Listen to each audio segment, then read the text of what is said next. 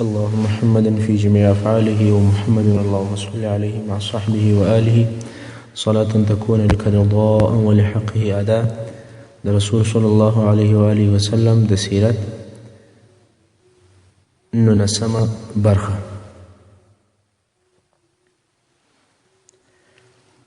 په تیره برخه کې مو دا بیان کړی و چې کفارو د اسلام د مخنیوي لپاره یو دا ترتیب کړی و چې نضر بن حارث چې د خبرو ډک سړی و او قسم قسم کیسې او نقلونه و خرافات او رښتیا او درواغ یې زده ول، هغه یې راوستی چې په مکه شریفه کې کم وخت نبي علیه صلات وسلام خلکو ته د اسلام او د قرآن احکام بیانوي، نو دی به هغه خپلې کیسې شروع کړي. نو دی به هم دا کار به کوی. په اول سر کې دا خلک پر ده راټولېدل، خو په آخر کې به چې خلک د ده د خبرو څخه خواطورې سول، نو بیا دا د ده چل او حیله چې و هغه ناکامه سوه. خلکو دی پرېښوی، بیرته به پر رسول صلی الله علیه وسلم راوګرځېدل. خو ده به په دې کیسو کې ویل چې څوک وایي چې رسول صلی الله علیه وسلم تر ما افضله دی، زه هم پخوانۍ کیسې کوم، دی هم پخوانۍ کیسې کوي.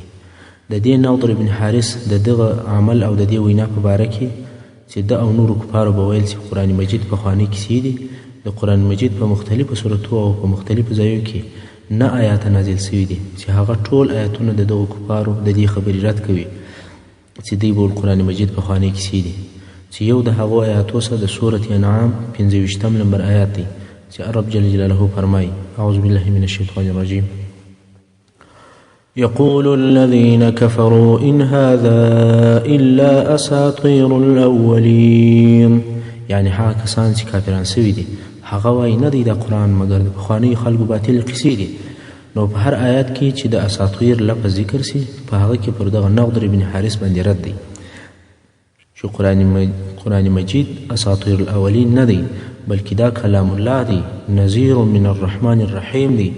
په دې کلام سره او په دې کلام کې هم بیره سته، هم وعظ سته، هم نصیحت سته، هم لارښوونه، هر څه پکې موجود دي. دا هم د دعوت د منع کولو او د هغه د اثر د خنثی کولو دپاره د قریشو د طرفه یو طریقه وه. خو په عین وخت کې د قریشو په زړو کې د رسول صلی الله علیه وسلم د وژلو فکر هم ورسره دی. ابن اسحاق د عبدالله ابن عمرو ابن العاص رضی الله عنه څخه روایت کوي چې وایي یو ورځ کعبې شریفې ته نږدې قریش ناست ول او زه هم ورغلم، هلته کښېنستم. رسول صلی الله علیه وسلم د کوره راووتی، د کعبې شریفې پر طرف رهي دی، څو حجر اسود یې مسح کوي او بیا یې په طواف شروع وکول. په طواف کې چې د قریشو پر محاذات یا برابري ورسي، قریش ځینې داسې بدې او ناوړې خبرې ورته کوي چې د هغو خبرو اثر د رسول صلی الله علیه وسلم پر مخ ښکاره کېږي او څه نه وایي. بیا دویم وارې بیا چې کله رسول صلی الله علیه وسلم د قریشو پر برابر باندې په طواف کې راسي، بیا دوی پوښ عورت ورته وایي. رسول صلی الله علیه وسلم پټه خوله دی، هیڅ نه وایي، خو د قهر علامې پر مخ ښکاره کېږي. بل وارې بیا دغه حال دی، د طواف په هر شوط کې چې پر دوی راسي قریش سپک او بد ویل ورته کوي. رسول صلی الله علیه وسلم حلیم دی او هیڅ نه ورته وایي. خو د طواف په آخري شوط کې قریشو ډیر شنیع او بد الفاظ د رسول صلی الله علیه وسلم په مقابل کې استعمال کړل.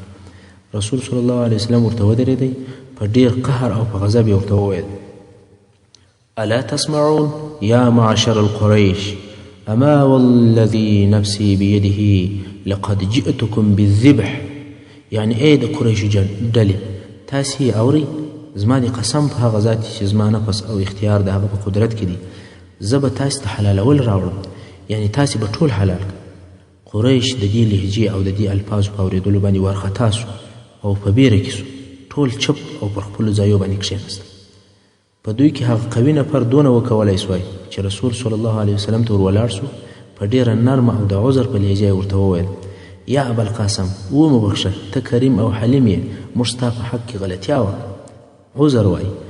دغه ټول عذرونه یې د رسول صلی الله علیه وسلم د قهرمنې لهجې او د شدیدې خبرې د بیرې څخه و. رسول صلی الله علیه وسلم رهي سو او دوی یې پرېښول. قریش چې بیرته پر خپلو ځایو کښېنستل، اوس ځانونه ملامتوي او یو د بل سره وایي: دا مو څه وکړل؟ موږ د ده د ازارولو او د تکلیف ورکولو نیت کړی دی او اوس ټول د ده په یوه خبره وبېرېدو. دا څه راوسول؟ ژر مو بیا بخښنه ځینې وغوښتل او زارۍ مو ورته کولې. هغه هم د ده په یوه خبر قریش قصد وکړي چې سبا به یې تر دې ډېر ازاروو. دویمه ورځ بیا قریش کعبې شریفې ته نږدې ناست دي. رسول صلی الله علیه وسلم مبارک رالی، اوس غواړي چې طواف وکړي. قریش ټول په یوه وارې ورته راولاړ شول او ټول پر راوګرځېدل. دا یې یوې خواته کشوي، هبل یې بلې خواته کشي، یو سوک ورکوي، هبل چپلاخه ورکوي او ورته وایي ته موږ حلالوې او ته موږ په حلالولو بیره. له هره طرفه رسول صلی الله علیه وسلم د چپلاخو او د سوکانو باران دی. خو رسول صلی الله علیه وسلم د دوی په منځ کې ورک معلومیږي. د کومې خوا څه دفاع وکړي، کار یې د قدرته وتلی دی او نور هم په رسول صلی الله علیه وسلم باندې وهل زیاتېږي. حضرت فاطمه رضی الله عنها راله او دا حال یې ولیدی.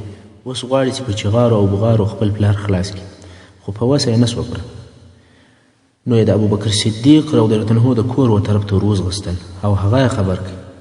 هغه هم په ځغستا رالی او د خلکو په منځ ورننوتی او یوه بل خوا ته خلک پرې وهل څو ځان یې رسول صلی الله علیه وسلم ته ورسوئ او رسول صلی الله علیه وسلم یې د قریشو د مابین ځای راوایست. ابوبکر صدیق رضی الله عنه ژاړي او وایي تاسې یو سړی پر دې وژني چې وایي زما رب الله دی، بس دا یې ګناه ده. او رسول صلی الله علیه وسلم یې د دغو وهلو څخه خلاص کړي. دا هم هغه درد، هغه تکلیف او هغه عذاب دی چې رسول صلی الله علیه وسلم ته د خپل قوم ورسېد. امام بخاري د عروه ابن زبیر رضی الله عنه څخه روایت کوي، وایي د عبدالله ابن عمرو بن العاص څخه مې پوښتنه وکوله چې په هغه ډېر سخت او شدید عذاب مې خبر کړ چې مشرکانو رسول صلی الله علیه وسلم ته ورکړی دی. عبدالله ابن عمرو رضی الله عنه مبارک وویل رسول صلی الله علیه وسلم د کعبې شریفه په حجر یا په حتیم کې لمونځ کوئ چې عقبه ابن ابي معیط رالی او خپل پټو یا کالی د رسول صلی الله علیه وسلم په غاړه کې ور وپیچل او ډېر شدید یې خفه کړي، تر څو چې ابوبکر صدیق رضی الله عنه رالی او عقبه یې تر اوږو ونیوی او ځینې کش یې کړي او ویل تاسې په دې باندې سړی وژني چې وایي زما رب الله دی. په هغه حدیث کې چې ابوبکر صدیق رضی الله عنه لور اسما د هغه روایت کوي، هغه وایي چې ابوبکر صدیق رضی الله عنه ته ورنارې کړل شول چې هله ملګري ته ځان ورسوه. وایي ابوبکر صدیق رضی الله عنه چې زموږ څخه یا زموږ د کوره څه وتی نو د ده 4 کوڅې وې، یعنې د بېشتانو څخه یې 4 کوڅې درلودې او د کوره څخه د وتلو په وخت کې یې دغه ویل آیا تاسې یو سړی پر دې وژنئ چې وایي زما رب الله دی؟ هلته چې ور ورسېدی مشرکانو رسول صلی الله علیه وسلم وهی، خو په دې حال کې هغه رسول صلی الله علیه وسلم یې پرېښوئ او پر ابوبکر صدیق رضی الله عنه باندې راواچوئ. اسما رضی الله عنها وایي کله چې ابوبکر صدیق رضی الله عنه بیرته خپل کور ته رالی، هرې کوڅې ته چې به مو لاس وروړئ هغه به زموږ په لاسو کې راله، یعنې د سر ویښتان یې ټول وچکولي ول. دا د قریشو هغه ظلمونه ول او هغه ظالمانه کړی ول چې د صحابه کرامو او د رسول صلی الله علیه وسلم سره یې کول. اوس به د حمزه ابن عبدالمطلب رضی الله عنه د اسلام قصه درته بیان شي. تر دې وروسته پر رسول صلی الله علیه وسلم باندې نور هم ازارونه زیاتېدل او قریش پر دې راوله کېدل. قریشو جرأت پیدا کړي څنګه چې رسول صلی الله علیه وسلم حلیمو بد ویل او شکنځل ویل نه کول او چاته د بدو د شکنځلو جواب هم نه ورکوئ. تر پټه خوله زیات نور څه نه و په وس پره او نه کول، فقط دعوت یې کوئ او د دې مشکلات یې صبر کول. حتی آیات شریف خو مو د مخه درته بیان کړی و چې الله جل جلاله ورته فرمایلي ول چې ولربک فاصبر او خپل رب ته صبر کوه. نو رسول صلی الله علیه وسلم هم په صبر دی او قریش هره ورځ هزارونه ورکوي او په ازار ورکولو کې ورځ په ورځ زیاتوب او شدت هم کوي.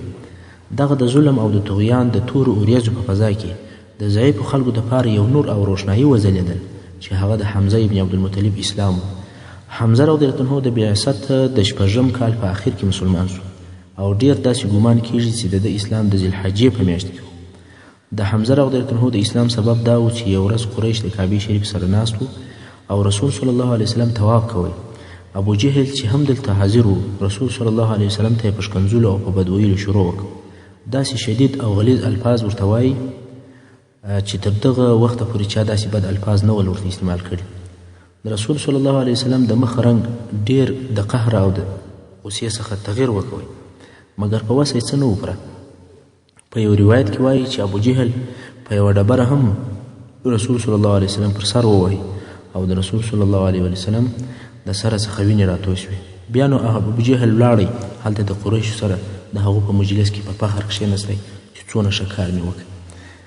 یوه ښځه چې د عبدالله ابن جدعان مینځه وه هغې دغه حال ولیدی چې ابو جهل پوچ او رد وایي او رسول صلی الله علیه وسلم پټه خوله دی. ښځه د دغه ظلم په لیدلو باندې نه وه خوښه خو رهي سوه. په لار کې یې حمزه رضی الله په مخه ورلی چې د ښکاره څخه رارهي و او هغه خپل غشی او لیندي ورسره و. د حمزه رضی الله ښکار خوښ و او ښکار یې کوی، خاصتا د زمریانو ښکار چې دا د حمزه رضی الله د قوت او د شجاعت علامه ده. خو تر دغه وخته پر خپل شرک و. اول چې مکې مکرمې ته داخل سو هغې ښځې ورته وویل که چیرې تا لیدلی وای چې ابوالحکم یعنې ابو جهل ستا وراره ته څه ویل؟ حمزه وویل ول څه یې ورته وویل؟ ښځې ورته وویل ول ښکنځل بد ویل هر څه چې ول هغه یې ټول ورته وویل. حمزه رضی الله عنه وویل ول چا د دې خبرو جواب نه کوي ور؟ ښځې ورته وویل یا والله هېڅ چا جواب نه دی ورکړ. حمزه رضی الله عنه چې په قریشو کې ډېر شجاع او قوي ځوان و ډېر قهر ورلی د خپل کور پر ځای د دارالندوې په طرف ته ورهي سو. په لار کې د هېڅ چا سره نه درېږي نه د هېڅ چا سره کار سته بلکې یوازې ابو جهل یې پکار دی چې ویې وني او ور حمله کړي. مستقیما هغه د قریشو ټولنې ته ورلی. هلته ابو جهل د قریشو په منځ کې ناست دی او حمزه رضی الله عنه هلته ورته ودرېدی. هغه لیندي چې د ښکار دپاره ورسره وه په هغه یې پر سر باندې ابو جهل ووی. د ابو جهل د سره سوینې رایله سوې. حمزه رضی الله عنه ورته وویل ته محمد صلی الله علیه وسلم ته ښکنځل کوې او زه د ده پر دین یم؟ خذها وانا ابن اکرمین، واخه دغه زما وار واخه او زه د اشرافو زوی یم. او په هغه لیندي یې بل وار پر وکړئ او غږ یې وکړئ څوک زما جواب وایي. د ابو جهل قوم چې بنو مخزوم ول هغه ولاړ سو غواړي چې د ابو جهل پر طرف وجنګېږي، لوی جنګ او فتنه جوړه سي. ابو جهل غږ پر وکړئ چې پرېږدي خطا زما وه ځکه ما د ده وراره ته بد وویل، زه یم چې تجاوز مې کړی وي. دلته نو حمزه رضی الله عنه د رسول صلی الله علیه وسلم بدله او انتقام واخیستی، مګر د ده یو جمله تر خوله ووتله. دی وایي زه نه پوهېږم چې دغه جمله څنګه زما تر خوله ووتله. هغه دا چې ما وویل چې ته محمد صلی الله علیه وسلم ته ښکنځل کوي او زه د ده پر دین یم، دا جمله مې بې اختیاره تر خوله ووتله. حال دا چې زه د دې تر دې وخته د رسول صلی الله علیه وسلم پر دین نه وم. حمزه رضی الله عنه وایي چې کور ته ولاړم او په دغه جمله کې مې چې بې اختیاره زما تر خولې وتلې وه فکر مې وی او ډېر په حیرت کې پاته وم چې زه خو د محمد صلی الله علیه وسلم پر دین نه یم او اوس به ټول خلک دا فکر کوي چې زه د هغه پر دین یم، ځکه دا جمله د قریشو د مجلس په مابین کې زما تر خوله ووته. او اوس په حیرت کې یم چې د خپلې خبرې په سبب د محمد صلی الله علیه وسلم دین ته ورواوړم او که سبا هغه مجلس او اجتماع ته ورسم او ورته ووایم چې زه د محمد صلی الله علیه وسلم پر دین نه یم، دا هم په عربو کې بیا عیب دی چې یو سړی د خپلې خبرې واوري. حمزه رضی الله عنه وایي چې ټوله شپه په دغه فکر باندې پر راتېره شوه، نه پوهېږم چې څه وکړم. په اخر کې مې په دعا باندې شروع وکول، ما ویل الهی که دغه د محمد صلی الله علیه وسلم دین خیر او بهتر وي د هغه تصدیق زما په زړه کې راواچوه، او که د دغه دین څخه غیر او مخالف بل دین خیر وي نو د دې تشویشي حالته څه چې زه پکښې متردد او حیران یم الله ته مې وباسي. حمزه رضی الله عنه وایي چې د محمد صلی الله علیه وسلم د دین تصدیق مې په زړه کې ټینګ شو. سبحان الله، د قهر او د غضب په وخت کې بې له اختیار او بې له ارادې یو خبره تر خولې وتلې وه، هغې خبرې سمې لارې ته راوستې. نو رسول صلی الله علیه وسلم ته ورلی او د شهادت کلمې وویلې. حمزه رضی الله عنه اسلام ته داخل شو او رسول صلی الله علیه وسلم د ده په اسلام ډېر زیات خوشحاله شو.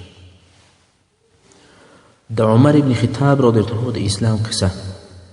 بیا هم د مسلمانانو په دغه ضعیف او مظلوم حال کې چې څوک یې په هجرت کې او څوک یې په عذابو او ازارو کې ژوند تېروي، یو بل نور او روښنایي وځلېدل چې تر هغه اول نور او روښنایي یې ځله زیاته وه او ډېره وه چې هغه د عمر ابن خطاب رضی الله عنه اسلام. حضرت عمر ابن خطاب رضی الله عنه د بعثت د 6 کال د ذوالحجې په میاشت کې د حضرت حمزه رضی الله عنه تر اسلام راوړلو 3 ورځې وروسته په اسلام مشرفه شو او رسول صلی الله علیه وسلم د ده د اسلام راوړلو دپاره دعا هم کړې وه. امام ترمذي د عبدالله ابن عمر رضی الله تعالی عنه څخه روایت کوي او امام طبراني د عبدالله ابن مسعود او انس ابن مالک څخه روایت کوي چې رسول صلی الله علیه وسلم وفرمایل اللهم اعز الاسلام باحب هذين الرجلين اليك بابي جهل او بعمر ابن خطاب.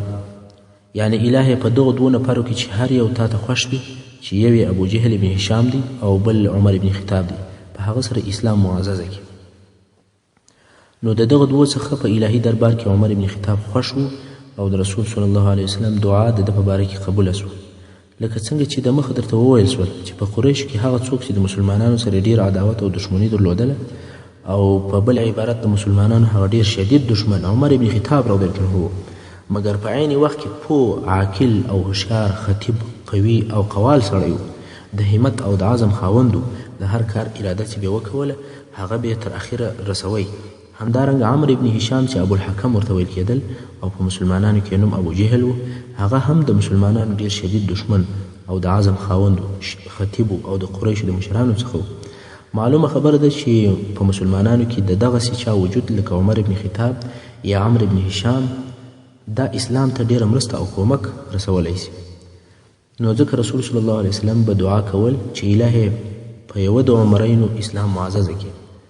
که یو د دوی څخه مسلمان سي اسلام به قوي کېږي، ځکه اسلام تر دغه وخته په خپل ابتدایي او د شروع په حال کې و، نو خود ضعیفه و او یو داسې شدید او د عزم لرونکي او د عزم خاوند ته ضرورت درلودی چې په هغه سره اسلام قوي شي. مګر رسول صلی الله علیه وسلم کومه دعا چې و هغه د عمر ابن خطاب رضی الله عنه په نصیب سوه او د عمر ابن خطاب رضی الله عنه د اسلام راوړلو په ټولو روایاتو کې چې وګورو دا را معلومیږي چې د ده په زړه ته د ده په زړه کې چې اسلام داخلېدی او د ده وزړه ته د اسلام ننوتل دا په تدریج سره ول. د مخه تر دې چې د ده رضی الله عنه د اسلام راوړلو قصه بیان کو، دا ښه او بهتره ده چې د عمر ابن خطاب رضی الله عنه هغه دننه عواطفو او مشاعرو ته څه اشاره وکړو. حضرت عمر رضی الله عنه د طبیعت په تیزی او په تندي سره مشهور و، قهرمن سړی او شدید سړی و. ډېر ځله مسلمانانو د ده د لاسه څخه قسم قسم ازارونه لیدلی دي او دا معلومه ده چې ده په دننه زړه کې ضد او نقیض مشاعر موجود و. د یوه طرفه یې د خپلو عاداتو او د تقالیدو احترام کوئ کوم چې د ده پلرو او نیکهګانو ورپرې شول، او د بله طرفه یې ځان هغه لهو او لعب، هغه خواهشات او شهوات ته ورله کړی و کوم چې ده او د ده ماحول عادت ورسره درلودی. خو بالمقابل د مسلمانانو لمونځ او دا چې دوی د خپلې عقیدې په لاره کې دغه سخت ازارونه قبلي دا ښه ورته ایسېدل. او بیا به ده په خپل زړه کې د عقل څه پوښتنه وکوله او په تردد او په شک کې به چې ممکن دغه شی چې اسلام هغه ته بلنه کوي تر دغه نورو کارو ښه او بهتر وي. په فکر او دماغ کې به یې دغه ضد افکار پر اوښتل او بیا به خاموشه سو. خو د ده د اسلام په باره کې چې روایتونه سره راټول کړو خلاصه یې دا راوځي چې یو شپه ده غوښتل چې تر کور د باندې شپه تېره کړي، نو حرم شریف ته ورغلی او د کعبې شریف په پوښ ننوتی. هلته رسول صلی الله علیه وسلم هم ولاړو او لمونځ یې کوی. رسول صلی الله علیه وسلم په لمانځه کې سورة الحاقه شروع کوي. عمر رضی الله عنه چې قرآن مجید ته غوږ ونیوی او د هغه ترکیب او تالیف یې ډېر خوښ سو، نو وایي چې ما د خپله ځانه سره وویل لکه څنګه چې قریش وایي په والله شاعر دی. خو رسول صلی الله علیه وسلم په دې وخت کې دغه آیاتونه تلاوت کړل. اعوذ بالله من الشیطان الرجیم. إنه لقول رسول كريم وما هو بقول شاعر قليلا ما تؤمنون. یعنی بهشکه خامخا دا قرآن د مکرم عزتمن رسول قول دی. دا قول د کم شاعر قول نه دی. تاسې ډېر لږ ایمان راوړئ بلکې نه مؤمنان کیږئ. عمر رضی الله عنه وایي ما د ځانه سره وویل چې شاعر نه دی نو کاهن دی. او بیا رسول صلی الله علیه وسلم دغه آیات شریف تلاوت کړي. ولا بقول كاهن قليلا ما تذكرون. او دغه قرآن د کاهن قول نه دی لکه تاسې چې ګمان کوئ. تاسې لږ پند اخلي بلکې هیڅ پند نه اخلي. تنزیل من رب العالمین. دا قرآن د رب العالمین د طرفه څخه نازل سوی دی. او رسول صلی الله علیه وسلم صورت تر اخره ووایي. عمر رضی الله عنه وایي چې څه ناڅه تر تاثیر را لاندې سوم، اسلام مې زړه ته را نږدې سو. دا هغه د اسلام تخم و چې د حضرت عمر رضی الله عنه په زړه کې کښېښول سو. مګر هغه د جاهلیت آثار او تقلیدي قومیت، د پلرو او د نیکهګانو د دین لویوالی او د هغه دین سره علاقه بیا هم پر دغه حقیقت چې د ده په زړه کې مازې لږ نوکی غږ یې کوی پر هغه باندې غالب و. نو دی بیا هم په خپل عمل د اسلام ضد او د مسلمانانو دشمن و. د هغه خپل زړه په پټ شعور لا نه وکانې، خو بیا هم د ده په د باندني ژوند کې هغه اول نرموالی چې په ده کې ولیدل سو هغه و حبشې ته د مسلمانانو د هجرت په وخت کې و. مسلمانانو خو یو په بل پسې هجرت کوي، نو د مسلمانانو څخه یو ښځه وه چې ام عبدالله ورته ویل کېده. دغې ښځې غوښتل چې هجرت وکړي، نو یې د خپل زوی عبدالله سره داسې اتفاق وکړي چې ته جلا رهیسه او زه به جلا رهیسم، او د پلاني غره تر شا به سره یو ځای سو او بیا به په ګډه سره ولاړ سو حبشې ته. مسلمانانو هجرت په پټه کوئ ځکه کفارو هجرت ته نه پرېښول. نو عبدالله تر مور د مخه د هغه واده سوي غره سره هلته ولاړی او د غره شاته ودرېدی. ام عبدالله چې د عبدالله مور وه د شپې ناوخته پر خره سپره سوه، د لارې د ضرورت شیان یې ورسره واخیستل او روانه سوه. د مکې مکرمې څخه چې ووتله عمر بن خطاب رضی الله عنه په مخه ورغلی، ویې لیدل چې ښځه د سفر دپاره تیاره او آماده ده. ویل یا ام عبدالله چیرې ځې؟ مسلمانان خو د سفر کولو څخه منع دي. ښځې ورته وویل یا عمر ازارونه مو راکړه، مځکه مو راباندې تنګه کړه، پرېږدئ چې درڅخه ولاړ شو. تاسې موږ نه غواړئ او موږ تاسې نه غواړو، نو مو پرېږده چې هجرت درڅخه وکړه. تا ته څه تاوان رسېږي که دې زه پرېښولم او ولاړم. عمر رضی الله عنه د دې خبرو په اورېدو سره نرم شو او ښځې ته وویل دا نو جلاوالی دی یا ام عبدالله؟ دغه ام عبدالله او عمر رضی الله عنه په نسب کې سرنږدې او سرشریک ول. ښځې وویل هو، فراق او جدایي ده. عمر رضی الله عنه وویل په مخه دې ښه او سلامتیا دې ملګری سه. دا اول وار دی چې عمر رضی الله عنه نرمیږي او څه نه وایي. ښځه په تعجب کې سوه او لاړه. پر هغه واده سوي ځای د خپل زوی سره یو ځای سو. زوی یې پوښتنه ځینې وکوله چې چا خو ونه لیدې؟ ښځې وویل یا بل چا نه یم لیدلی، یوازې عمر ولیدم. زوی وویل عمر دا لوی مصیبت دی، ته څنګه پرېښولې؟ ښځې قصه ورته وکول او ویې ویل تر دې سوال او جواب زیات شی نه دی پېښ سوی، او په آخر کې دا هم راته وویل چې مخه دې ښه سه. زوی ورته وویل چې مورې ستا له کیسې د دغې جملې په ویلو باندې د اسلام او د عمر رضی الله عنه د اسلام راوړلو امید پیدا سوی. ښځې وویل هو دغسې راته معلومېږي. عبدالله وویل والله د خطاب خر به د شهادت کلمې ووایي خو عمر بیا نه ووایي. دا هغه اوله نرمي وه چې د عمر رضی الله عنه څخه ښکاره سوه، مګر دغه نرمي میل و اسلام ته نه و، بلکې دا فقط د دغې ښځې سرنرمي وه. عمر رضی الله عنه چې کور ته رالی او په چورت او په فکر کې دی چې دغه تفرقه او د قوم پاشل د چیش څه پیښیږي، د کومه څه دا اصلي منبع او مرکز یې چیش دی. دغه ښځه د ده د قومه څخه ده او اوس حبشې ته هجرت کوي. د دې ټولو مصیبتو او مشکلاتو سبب چیش دی؟ پس له ډېره فکره و دې نتیجې ته ورسېدی چې د دغو ټولو اختلافاتو سبب محمد صلی الله علیه وسلم دی. نو یې نیت او عزم وکوئ چې رسول صلی الله علیه وسلم ووژني، که څه هم دی د هغه په بدله کې ووژل سي، دا مهمه نه ده. مکه مکرمه خو به د دې مشکلاتو څخه خلاصه سي. نو یې د رسول صلی الله علیه وسلم د وژلو اراده د ځانه سره ښه پخه کړه. سهار یې توره راواخیسته او د کوره څخه د رسول صلی الله علیه وسلم د وژلو په نیت باندې ووتی. چې کله دی روان سو پر لارې یو صحابي ولیدی چې هغه صحابي نعیم ابن مسعود دی، نعیم ابن عبدالله. دغه نعیم عبدالله چې په پټه باندې اسلام راوړی د ده په اسلام څوک نه و خبر. کله چې دغه نعیم ولیدل چې د عمر د مخه څخه د شر علامې راپورته کېږي، توره ورسره ده او د جنګ دپاره تیار دی. ول د خیره یا عمر چیرې ځې؟ عمر رضی الله عنه وویل ول غواړم چې هغه څوک ووژنم کوم چې زموږ قوم یې سره متفرق کړی او پاشلی دی، زموږ پلرونه بې عقلان بولي، زموږ الهه یا خدایان په بده سره یادوي. نعیم د دې خبرو په اورېدلو سره وبېرېدی ځکه عمر جبار شدید او قهرمن سړی دی. د یو شي اراده چې کله وکړي نو هغه ترسره کوي. نعیم غواړي چې عمر د دې کار څخه راوګرځي. نو یې ورته وویل که ته محمد صلی الله علیه وسلم ووژنې آیا ته به د عبدالمطلب د اولادې څخه خلاص یې؟ عمر وویل داسې رامعلومېږي چې ته هم د خپله دینه اوښتی. او ویې ویل که څه هم د عبدالمطلب اولاده ما ووژنې زه دا کار کوم. نعیم ولیدل چې عمر د رسول الله صلی الله علیه وسلم د وژلو ټینګ عزم او اراده کړې ده، حتی خپل مرګ یې هم فرض کړی دی. هو هلته داسې نور خلک هم ول چې د رسول صلی الله علیه وسلم د وژلو تقاضا او ارزو یې درلوده، مګر دا کار یې نه سوی کولی ځکه هغه د عبدالمطلب د اولادې څخه پر خپل مرګ بیرېدل. هر چاته دا معلومه وه که څوک رسول صلی الله علیه وسلم ووژني د عبدالمطلب کورنۍ هیڅکله هغه سړی بې له مرګه نه پرېږدي.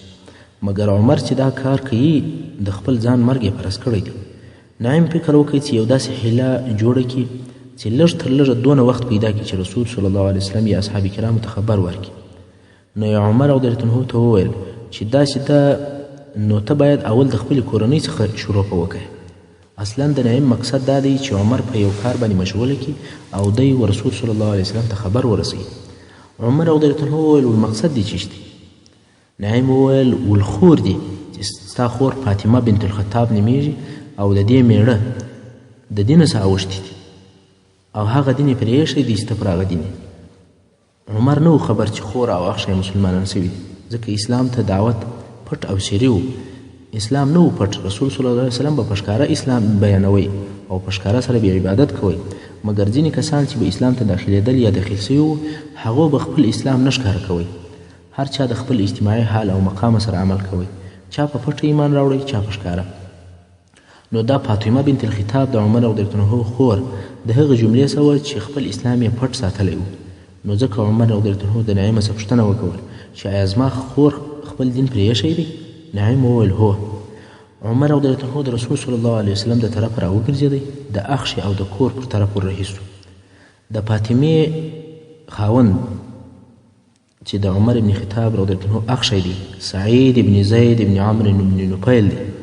دغه سعید د هغه زید زوی دی چې د مخه بیان درته وسو چې موحد او حنیف او د ابراهیم علیه السلام پر دین او سعید ابن زید د اولو مسلمانانو څخه دی او د عشره مبشرو څخه دی چې رسول صلی الله علیه وسلم د جنت زیری ورکړی دی.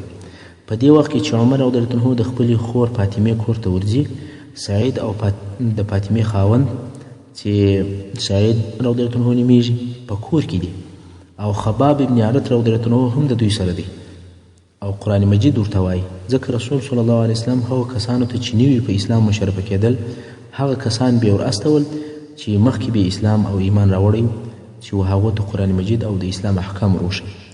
نو دوی 3 نفره سره ناست دي.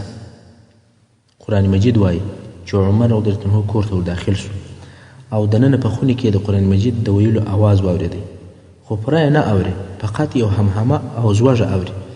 غوږ یې ورته ونیوی بیا هم نه پر بیلیږي. نو یې دروازه ور پورې وهل. عمر جبار شدید سړی. تاسې فکر وکړئ چې د عمر به څونه قوت او طاقت و.